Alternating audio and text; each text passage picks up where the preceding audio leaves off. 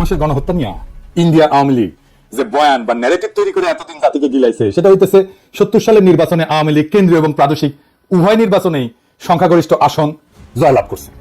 সেই নির্বাচনে আওয়ামী লীগ কিভাবে এত আসন যেতে সেই আলাপে আজ আর গেলাম না।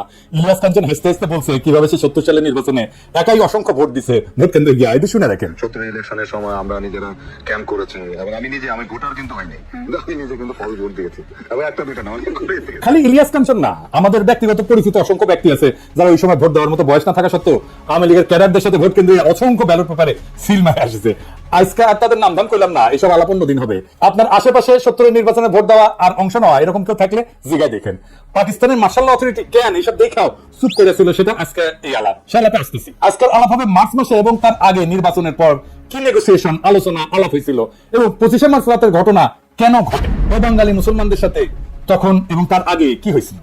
এপিসোডটা একটু দীর্ঘ হবে, আশা করি শেষ পর্যন্ত দেখবেন, অনেক অজানা ভয়ঙ্কর কাহিনী জানতে পারবেন।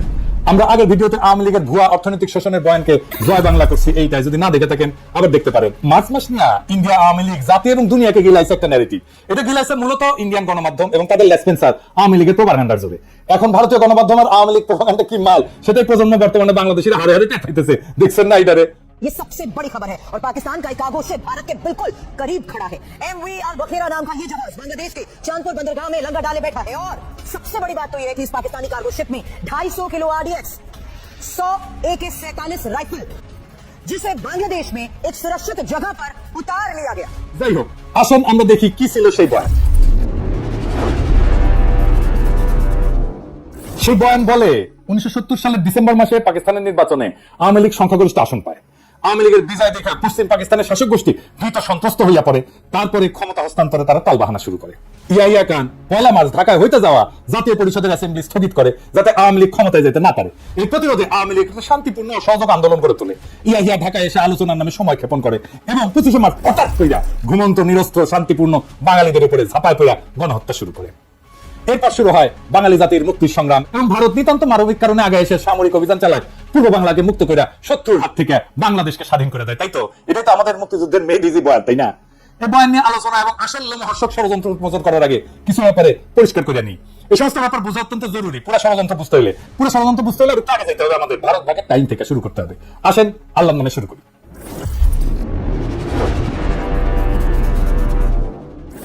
১৯৪৭ সালে পাকিস্তান এবং ভারত ব্রিটিশ সাম্রাজ্যের ডোমিনিয়ন হিসেবে স্বাধীনতা লাভ করে। ডোমিনিয়ন আর রিপাবলিকের মধ্যে পার্থক্য হচ্ছে, ডোমিনিয়ন কার্যত স্বাধীন হলো সেটা ব্রিটিশ সাম্রাজ্যের অংশ। একটা ডোমিনিয়নের রাষ্ট্রপ্রধান ইংল্যান্ডের রাজা বা রানী, তবে ডোমিনিয়নের পার্লামেন্ট বা আইনসভার স্বাধীনতা আছে। তারা যদি চায় তাদের আইনসভা নিজেদেরকে রিপাবলিক ঘোষণা করে ইংল্যান্ডের সাথে সম্পূর্ণভাবে সম্পর্ক সেট করতে পারে, তখন তাদের নিজস্ব রাষ্ট্রপ্রধান থাকবে। ভারত ১৯৫০ সালে নিজেদের সংবিধান রচনা করে রিপাবলিক ঘোষণা করে। পাকিস্তান ১৯৫৬ সালে সংবিধান রচনা করে রিপাবলিক ঘোষণা করে। পরে ব্রিটিশ সাম্রাজ্য ডোমিনিয়ন শব্দ বাদ দিয়ে কমনওয়েলথ শব্দ চালু করে। এখন অনেক দেশ আছে যারা ডোমিনিয়নের মতো, যেমন কানাডা, অস্ট্রেলিয়া, নিউজিল্যান্ড। এই সমস্ত দেশের রাষ্ট্রপ্রধান ইংল্যান্ডের রাজা বা রানী। পাকিস্তানের ৫৬ সালের সংবিধান ১৯৫৮ সালের ৮ই অক্টোবর তৎকালীন পাকিস্তানের রাষ্ট্রপ্রধান প্রেসিডেন্ট ইস্কান্দার মির্জা, উনি বাংলার মানুষ ছিলেন, কিন্তু উনি রদ করে মার্শাল ল জারি করেন।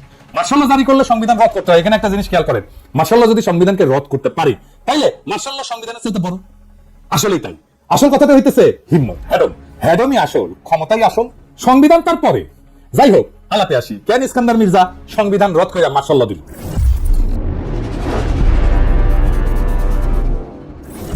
এর পিছনে মূল কারণ ছিল পূর্ব পাকিস্তানের প্রাদেশিক পার্লামেন্টে আওয়ামী লীগ এবং শেরে বাংলা ফজলুল হক কৃষক শ্রমিক পার্টির মধ্যে ভয়াবহ মারপিট হয়। পার্লামেন্টের ভিতরে ডেপুটি স্পিকার শাহিদ আলীকে পিটায় হত্যা করা হয়। এই মারামারিতে শহরদির বডিগার্ড নিজে অংশ নেয় এবং তার ব্যাগের মধ্যে শঙ্কর মাছের লেজের চাবুক থাকতো। তাকে সেই চাবুক বের করে মারামারি করতে সবাই দেখছে। স্পিকার শাহিদ আলীকে কে মারছে এটা বলা মুশকিল, তার মাথায় গুরুতর আঘাত লাগে এবং চিকিৎসাধীন অবস্থায় মারা যান। ওই সময় কেন্দ্রে প্রধানমন্ত্রী ছিল রিপাবলিকান পার্টির ফিরোজ খান। আওয়ামী লীগ এবং কৃষক শ্রমিক পার্টির সাথে জেট কইরা বিভিন্ন কারণে তখনকার সরকার অনেক ফ্যাজাইল বা ভঙ্গুর ছিল, কারণ পার্টির সদস্যরা অন্য দলের সাথে আতত করিয়া ফ্লোর ক্রসিং করে সরকারের বিরুদ্ধে ভোট দিয়ে সরকার ফেলাই দিত। এই সমস্ত কারণে মির্জা নিজের স্বার্থে সংবিধান বাতিল করে মার্শাল ল জারি করে। মার্শাল ল মানে রাষ্ট্রের প্রেসিডেন্ট, চিফ মার্শাল অ্যাডমিনিস্ট্রেটর বিভিন্ন মার্শাল ল রেগুলেশন জারি করে রাষ্ট্র পরিচালনা করে যতদিন না সংবিধান আসতেছে। রাষ্ট্রে কোনো আইনসভা থাকবে না। মার্শাল ল জারি করার পর ইস্কান্দার মির্জা যে টেকনিক খেলা এতদিন রাজনীতিবিদদের ল্যাংমেরে আসছিল, সে একই টেকনিক খেলে সেনাবাহিনী কমান্ডার আইয়ুব খানকে ল্যাংমেরার পরিকল্পনা করে। আইয়ুব খান অন্য ধাতুতে গড়া মানুষ ছিল, রাজনীতিবিদদের মতো অত সহজে ফাঁদে ফানা দিয়া নিজে ইস্কান্দার মির্জাকে গদি থেকে ভাগায় দেয়, জয় বাংলা করে দেয়। আইয়ুব খান মার্শাল ল দিয়া দেশ পরিচালনা করে। এরপর ১৯৬২ সালে সংবিধান প্রণয়ন করে। ১৯৫৬ এবং ৬২ এই দুই সংবিধানে পাকিস্তানের দুই প্রদেশ, পশ্চিম পাকিস্তান এবং পূর্ব পাকিস্তানকে প্যারিটি অথবা সমতা দেওয়া হয়। এর মানে হইতেছে পাকিস্তানের কেন্দ্রীয় আইনসভার 2 প্রদেশ থেকে সমান সংখ্যক আইনসভার সদস্য থাকবে। যেমন 62 থেকে 65 সালে পাকিস্তানের তৃতীয় আইনসভায় পূর্ব পাকিস্তানে 78 জন, পশ্চিম পাকিস্তানে 78 জন ছিল। 65 থেকে 69 সালে পাকিস্তানের চতুর্থ আইনসভায় উভয় প্রদেশ থেকে 78 জন করে মোট 156 জন ছিল। এই প্যারিটি ফর্মুলার পিছনে একটা ইতিহাস আছে, এটা একটু জানি আসি।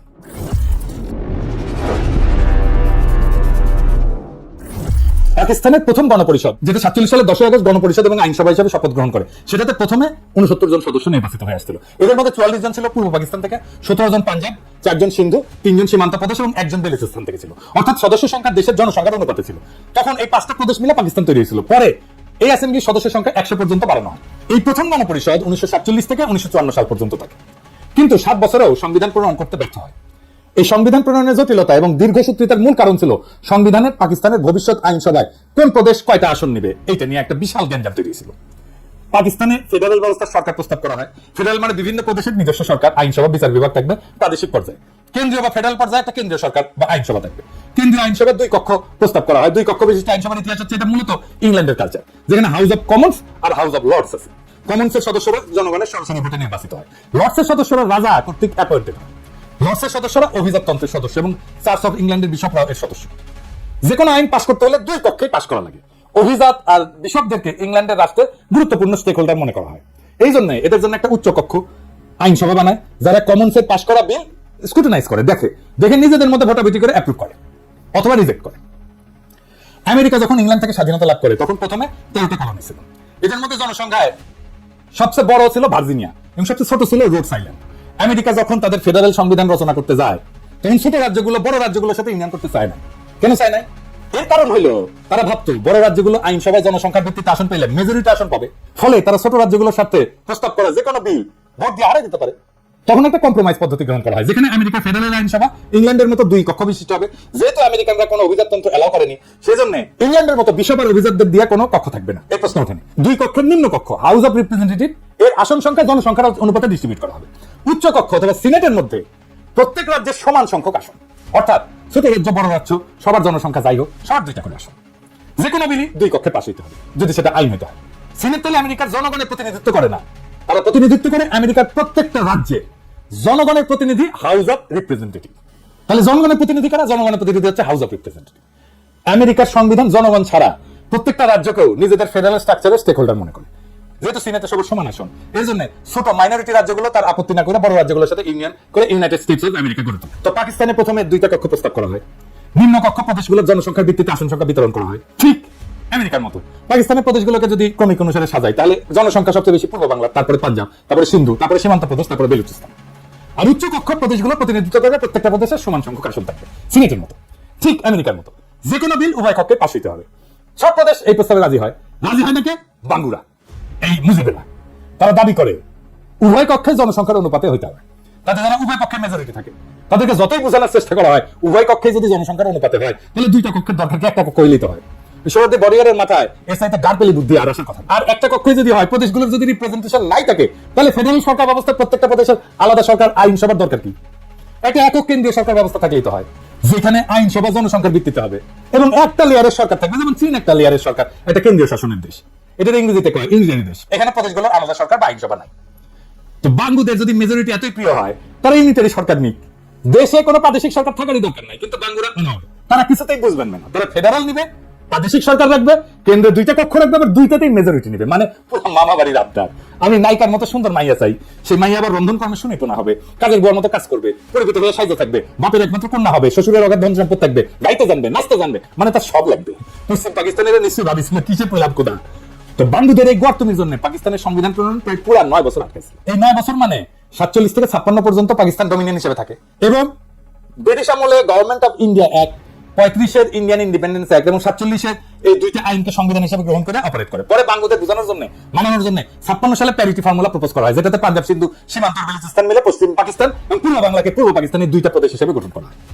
উভয় প্রদেশের জনসংখ্যার অনুপাত 50-এর কাছাকাছি, একদিকে 56%, একদিকে 44%। যেহেতু উভয় প্রদেশের সমান আসন, যাতে কেউ কাউকে ডমিনেট করার প্রশ্ন না ওঠে, সবাই সমান সমান। যেহেতু এই প্রস্তাবে পশ্চিম অঞ্চল পাকিস্তানের 4টা প্রদেশ মিলে একটা ইউনিট গঠন করা হয়, তাই প্রস্তাবের নাম হয় 1 ইউনিট প্রপোজাল।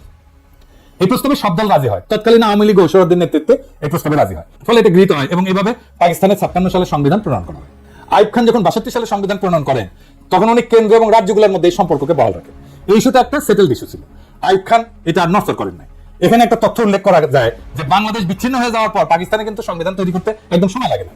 ওদের পাঞ্জাব মেজরিটি প্রদেশ হওয়া সত্ত্বেও পাঞ্জাবিরা কিন্তু বাঙ্গুদের মতো মামা বাড়ির আবদার করে নাই। বর্তমান পাকিস্তানের আইনসভার দুইটা কক্ষ, নিম্নকক্ষ ন্যাশনাল অ্যাসেম্বলি আর উচ্চকক্ষ সিনেট।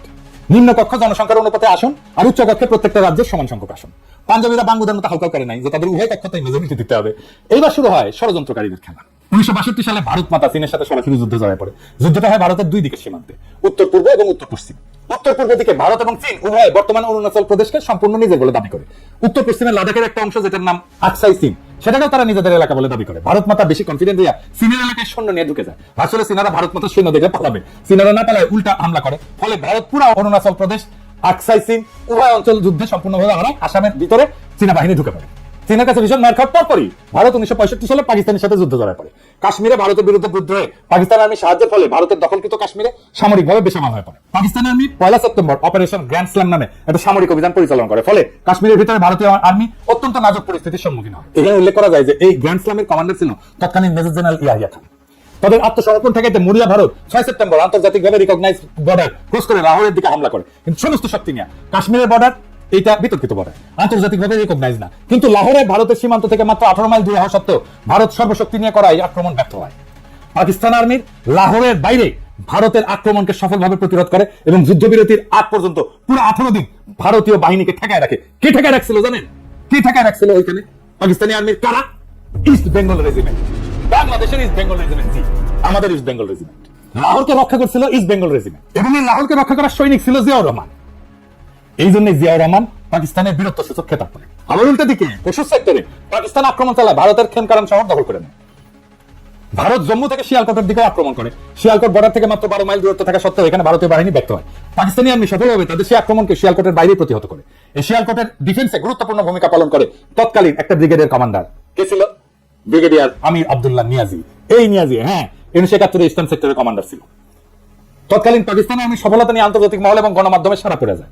অবশেষে জাতিসংঘের ডাকে সাড়া দিয়া ভারত 20 সেপ্টেম্বর দ্রুত যুদ্ধবিরতি প্রস্তাবে রাজি হয়। পাকিস্তানের পর অনিচ্ছা সত্ত্বেও 23 সেপ্টেম্বর যুদ্ধবিরতিতে রাজি হয় এবং ফলে যুদ্ধ সমাপ্তি ঘটে। ভারত মাতা কিন্তু 47 সালে স্বাধীনতা লাভের পর থেকে উপমহাদেশে ব্যাপকভাবে সামরিক আগ্রাসন চালাইছে বিভিন্ন এলাকায়। কোথায় কোথায় আসেন একটু দেখি। ভারত 1948 সালে 82,000 বর্গমাইল এলাকার নিজামশাহী হায়দ্রাবাদ রাজ্য আক্রমণ করে এটাকে দখল করে নেয়, নিজের রাজ্য ঘোষণা করে।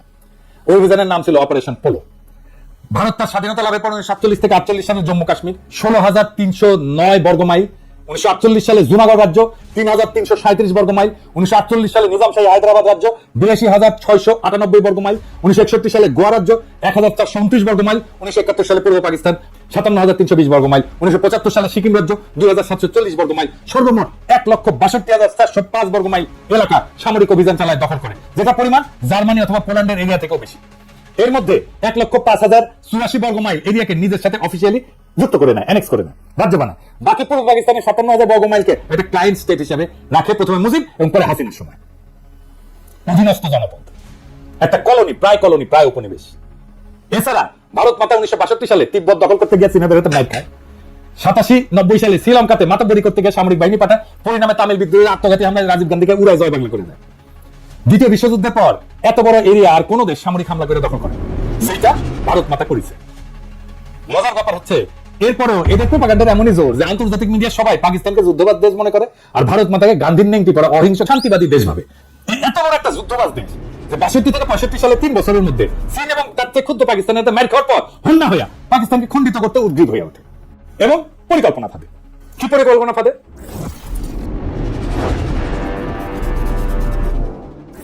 সে তাদের এজেন্ট শেখ মুজিব সোহরাওয়ার্দীর বডিগার্ডের মাধ্যমে ঠিক করে 65 সালে যুদ্ধের পর 6 দফাকে উপস্থাপন করে। ভারত পাকিস্তানের যুদ্ধ হয় 65 সালের সেপ্টেম্বর, মুজিব 6 দফা উত্থাপন করে 63 সালের ফেব্রুয়ারিতে। কিরকম মজার একটা কাকতালীয় ব্যাপার, তাই না? হ্যাঁ তাই না? এডিটর সাহেব, মেলা দিন পরে কাওয়ার কথা মনে আসলো। কাওয়ার সাউন্ড দেবেন না, জোরে দেন, আরো জোরে, আরো জোরে। হ্যাঁ কাকতালীয়, তাই কাওয়ার সাউন্ড, বুঝছো? 6 দফা এবং এর মধ্যে পাকিস্তানের অর্থনৈতিক শাসনের ভুয়া বয়ানকে আমাদের আগের এপিসোডে আমরা বিস্তারিত আলোচনা করে সেই বয়ানকে জয় বাংলা করে দিছি না? ভারতীয় এজেন্টরা আগে থেকে প্রস্তুত ছিল এটা নিয়ে। গত এপিসোডে 6 দফা প্রণেতাদের মুখোশ উন্মোচন করা হয়েছে। আজকে আর একজন মুখ্য চরিত্রের মুখোশ উন্মোচন করা হবে, তার নাম সিরাজুল আলম খান। সিরাজুল আলম খান ঢাকা বিশ্ববিদ্যালয়ের ছাত্রলীগের মধ্যে ভারতীয় এজেন্ডা বাস্তবায়নে 60-এর দশকের প্রথম থেকে কোমর বেঁধে নামে পড়ে। 71 সালের মার্চ মাস পর্যন্ত সমস্ত আলোচনা ভণ্ডুল করা এবং গৃহযুদ্ধ লাগানোর পিছনে তার অনেক ভূমিকা আছে। সে পূর্ব পরিকল্পনা মতো গৃহযুদ্ধ লাগানোর জন্য সর্বাত্মক চেষ্টা করে, যাতে তার গুরু ভারত সামরিক অভিযান চালানোর একটা অজুহাত খুঁজে পায়। এই সিরাজুল আলম সম্পর্কে একটা অত্যন্ত গুরুত্বপূর্ণ তথ্য হচ্ছে, উনি ছিলেন এক ভারতীয় রয়্যাল এজেন্টের অত্যন্ত ঘনিষ্ঠ এবং শিষ্য। তিনি মাঝে মাঝে কলকাতা যেতেন এবং গেলে সেই এজেন্টের কলকাতার ভবানীপুরের রাজেন্দ্রপুর লেনের বাসাতেই উঠতেন এবং থাকতেন। সেই এজেন্টের কলকাতায় বাড়ি ছাড়াও বাংলাদেশে বাড়ি ছিল এবং তিনি বাংলাদেশের নাগরিকও ছিলেন, আওয়ামী লীগের সংসদ সদস্য ছিলেন এবং আওয়ামী লীগের সংসদ সদস্য হিসেবে ৭১-এর কারচুপির নির্বাচনে তৎকালীন বাকেরগঞ্জ ১৪ আসন, বর্তমানে পিরোজপুর ১ আসন, যেটা বর্তমানে আল্লামা দেলোয়ার হোসেন সাইদির আসন, ওইখানে এমপি নির্বাচিত হয়েছিলেন। শেখ মুজিব যা বাংলা হয়ে যাওয়ার পরে ৭৫-এ সে ব্যক্তি আবার ইন্ডিয়া চলে যায়। তার নাম চিত্তরঞ্জন সুতার। এবার আসেন চিত্তরঞ্জন সুতারকে একটু চিনে নিন। এই চিত্তরঞ্জন সুতার ১৯৭১ সালের পর ইন্দিরা গান্ধীর সাথে দেখা করে বাংলাদেশকে পুরোপুরি ভারতের সাথে যুক্ত করা, মানে যেভাবে হায়দ্রাবাদ, সিকিম, গোয়া, কাশ্মীরের মতো ভারত একটা প্রদেশ করছিল, ওরকম প্রদেশ করতে বলছিল। ভারত প্রথমে আওয়ামী লীগের সাথে দফা চুক্তি করে সেই পথে আগাচ্ছিল। পরে বিভিন্ন কারণে ইন্দিরা গান্ধী বাংলাদেশকে চাইল্ড স্টেট হিসেবে রাখাটাকে ডিসাইড করে। পরবর্তীতে কংগ্রেসের প্রেসিডেন্ট জ্ঞানী জয়েল সিং এটাকে ইন্দিরা সবচেয়ে বড় ব্লান্ডার হিসেবে আখ্যা দিচ্ছেন। আমাকে শেখ হাসিনাকে যখন এই ব্যাপারে ব্যক্তিগতভাবে প্রশ্ন করা হয়, মেজর আশরাফ তার এনটিভি সাক্ষাৎকারে বলেন, তার ছোট বোন রেহানা আমার স্ত্রীর ক্লাসমেট ছিল। এই বিষয়গুলো নিয়ে তার প্রতি একটা শ্রদ্ধা আমার ছিল এবং সেই শ্রদ্ধা হিসাবে তাকে আমি রিসিভ করেছি, not as an official duty, but এই কারণে। এবং ওনাকে আমার বাসায় নিয়ে এসেছি, উনি এসেছেন, আমার বাসায় খেয়েছেন। একটি ঘটনা যখন থেকে তার প্রতি আমি একদম অসন্তুষ্ট হয়ে যাই, তার প্রতি আমার বিরাগ আমার জন্মগ্রহণ করে সৃষ্টি হয়। সেটা হচ্ছে, সেই সময় আপনি যদি মনে থাকে, বিচিত্রা বলে একটা সাপ্তাহিক পত্রিকা ছিল, শাহাদত হোসেন উনি ছিলেন তার এডিটর। জয়েল সিং বলে আমি একজন ভারতীয় প্রেসিডেন্ট ছিলেন, তার যখন টার্মস এক্সপায়ার হয়ে যায়, তখন ওই জয়েল সিং এর সঙ্গে জ্ঞানী জয়েল সিং, তার সঙ্গে আমাদের শাহাদত সাহেব একটা ইন্টারভিউ নিয়েছিলেন। তো বাংলাদেশ ভারতের সম্পর্কের উপর আলোকপাত করতে গিয়ে জয়েল সিং সাহেব বলেছিলেন, the greatest blunder of India was to have withdrawn the troops from Bangladesh 1971। এটা শাহাদত সাহেবকে বলেছিলাম। আমি যখন এটা পড়লাম, পড়ার পর আমার মনটা খুব খারাপ হচ্ছে যে কিভাবে এইরকম একটা উক্তি করতে পারে। তো এর কিছুদিন পরেই শেখ হাসিনা যখন আসলেন, ওনাকে আমি বললাম, আমি তাকে রিসিভ করে জানান, আমি বললাম, ম্যাডাম আপনি জানেন এরকম একটা বক্তব্য দিয়েছে, and you know what was her response? সে তো ঠিকই বলেছে। উত্তর ছিল, সে তো ঠিকই বলছে। এদের কাছে স্বাধীন বাংলাদেশ ছিল বাংলাদেশের মানুষকে উজবুক বানানোর একটা মূলা। এরা সবসময় নিজেদেরকে ভারতের প্রদেশ হিসেবে কল্পনা করে। এদের পূর্ব বাংলার মুসলমানদের সংস্কৃতি, ধর্ম নিয়ে ব্যাপক বিদ্বেষ। পৃথিবীর সর্ববৃহৎ মুসলিম রাষ্ট্র হিসেবে পাকিস্তান এই উপমহাদেশের মুসলমানদের বাসভূমি হিসেবে টিকে থাকলে এদের এজেন্ডা বাস্তবায়নে ব্যাপক বাধা আসবে। সেই জন্য পাকিস্তানকে ভাঙতে হবে। পরে চিত্তরঞ্জন সুতার আবার বাংলাদেশে ফিরে আসে এবং কালিদাস বৈদ্যের সাথে বঙ্গভূমি আন্দোলন গড়ে তোলে ইন্ডিয়ার সাহায্য নিয়ে। এই প্রজন্ম বঙ্গভূমি আন্দোলন সম্পর্কে জানে না। কি ছিল সেই বঙ্গভূমি আন্দোলনে? এই আন্দোলন হচ্ছে দক্ষিণবঙ্গের খুলনা, ফরিদপুর, পটুয়াখালী, বরিশাল এই অঞ্চলে একটা হিন্দু রাষ্ট্র গড়ে তোলার জন্য সশস্ত্র সংগ্রাম। 1996 থেকে 2001 আওয়ামী লীগের সময় এই আন্দোলন হঠাৎ করে কাকতালীয়ভাবে বন্ধ হয়ে যায়। এরপরে বিএনপির সময় আসলে এটা আবার ভারতের এজেন্ডা বাস্তবায়ন করতে নেমে পড়ে। 2004 সালে ফেব্রুয়ারি মাসে এরা হিন্দু প্রজাতন্ত্রের ঘোষণা দিয়ে আবার অ্যাক্টিভ হয়। ভারত তাদেরকে অ্যাক্টিভ করে রহস্যজনকভাবে। ঠিক পরে সে 2004 সালে বাংলাদেশে গ্রেনেড হামলা থেকে শুরু করে একের পর এক নাটক ঘটা শুরু করে।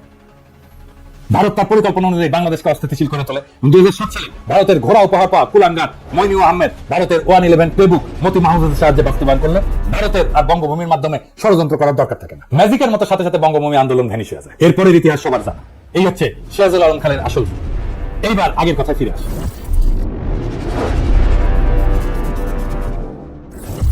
6 দফা প্রণয়নের মাধ্যমে পাকিস্তানের একটা সেটেলড ইস্যু, কেন্দ্র, প্রদেশ এবং আন্তঃপ্রদেশ সম্পর্ক, এটাকে আবার ভারতের মদদে পুনরুজ্জীবিত করা হয়। প্রথম পয়েন্টটাই ছিল পাকিস্তান একটা ফেডারেল স্টেট হবে, প্রাদেশিক সরকার থাকবে, কিন্তু সেখানে আইনসভার একমাত্র জনসংখ্যার অনুপাতে আসন বিন্যাস হবে। আওয়ামী লীগ আরো দাবি তোলে 1 ইউনিট ভেঙে দিয়া পশ্চিম পাকিস্তানকে অরিজিনাল 4টা প্রদেশে ভাগ করতে হবে। এর ফলে আইনসভায় 2 প্রদেশের মধ্যে কোনো প্যারিটি বা সমতা থাকবে না। কিন্তু অন্য সব ফেডারেল দেশের মতো আইনসভায় আওয়ামী লীগ প্রদেশগুলোরও কোনো প্রতিনিধিত্ব রাখতে দেবে না। তারা ভারতীয় এজেন্ডা অনুযায়ী মাওবাড়ির আবদার তুলে দেশকে আবার অস্থিতিশীল করে তোলে। আইয়ুব খানের গভর্নর মোনায়েম খান এর জন্য মুজিবকে ডিফেন্স অফ পাকিস্তান রুলস এর অধীনে গ্রেফতার করে জেলে পাঠায়। 6 দফা আন্দোলন কিছু সময়ের জন্য ধামাচাপা পড়ে যায়। ভারত আবার অন্য রাস্তা দেখতে থাকে। তারা আরেক ভারতীয় এজেন্ট খুঁজে বের করে। এই ব্যক্তিটার নাম হইতেছে লেফটেন্যান্ট কমান্ডার মুয়াজ্জেম হোসেন। একদম টিপিক্যাল বাঙ্গু কমিউনিস্ট প্রগতিশীল। আমাদের বর্তমান যুগের লাখি আক্তারের মতো। ছাত্র জীবনে কমিউনিস্ট পার্টি এবং রেডিক্যাল বামপন্থী আন্দোলনে জড়িত থাকার ফলে তার শিক্ষা জীবন ব্যাহত হয়। পরে কোনো মতে ইন্টারমিডিয়েট পাস করে পাকিস্তান নৌবাহিনীতে যোগ দিয়ে ষড়যন্ত্রমূলক কার্যকলাপ চালায় যেতে থাকে। ইনি আগরতলা ষড়যন্ত্রকারীদের মুখ্য অর্গানাইজার। আগরতলা ষড়যন্ত্র যে সত্য ছিল এবং ছোটবেলার আওয়ামী বয়ান এবং পাঠ্যপুস্তকে এটাকে মিথ্যা মামলা বলে চালানো হলেও আওয়ামী লীগের ডেপুটি স্পিকার এবং অন্যতম ষড়যন্ত্রকারী আসামি শওকত আলী 2011 সালে একটা বই লেখে, সত্য মামলা আগরতলা। মুয়াজ্জেম ভারতীয় দূতাবাসের একজন কর্মকর্তা পিএন ওঝার সাথে দেখা করে অস্ত্র, টাকা এবং পরিকল্পনা সাহায্য চায়। তাদের পরিকল্পনা অনুযায়ী পূর্ব পাকিস্তানের সেনানিবাসগুলোতে 2009 সালে বিডিআর বিদ্রোহের মতো বিদ্রোহ সংগঠিত করা হবে, এটাই পরিকল্পনা ছিল। সেনানিবাসের অস্ত্রাগারগুলো লুট করে এই বিদ্রোহ ছড়ায় দেওয়া হবে, এরপর বিডিআর এর মতো হত্যাকাণ্ড চালানো হবে। এটাই ছিল আগরতলা ষড়যন্ত্র মামলা। এই জন্যই আমরা মনে করি বিডিআর হত্যাকাণ্ড এটা ইন্ডিয়া ঘটাইছে, কারণ এটা তাদের পুরনো অভ্যাস। 1967 সালের শেষ দিকে এই পরিকল্পনা ফাঁস হয়ে যায় এবং পাকিস্তান গোয়েন্দা সংস্থা সময় মতো কয়েকজন ষড়যন্ত্রকারীদের গ্রেপ্তার করে। এরপর আসামিদের লিস্টে শেখ মুজিবকে 1 নম্বর আসামি করা হলে অনেকে অবাক হয়ে প্রশ্ন তোলে, মুজিব তো 66 সালে কারাগারে, সে কিভাবে এই ষড়যন্ত্রের সাথে যুক্ত হয়? এর উত্তর হচ্ছে, ভারত এত বড় বিদ্রোহ সংগঠন খালি পাকিস্তান সামরিক বাহিনীর এক কর্মকর্তার উপরে ছেড়ে দিয়ে ভরসা পাচ্ছিল না। তারা পূর্ব পাকিস্তানের একটা রাজনৈতিক দলের সাপোর্ট খুঁজতেছিল, সেই দল হচ্ছে আওয়ামী লীগ।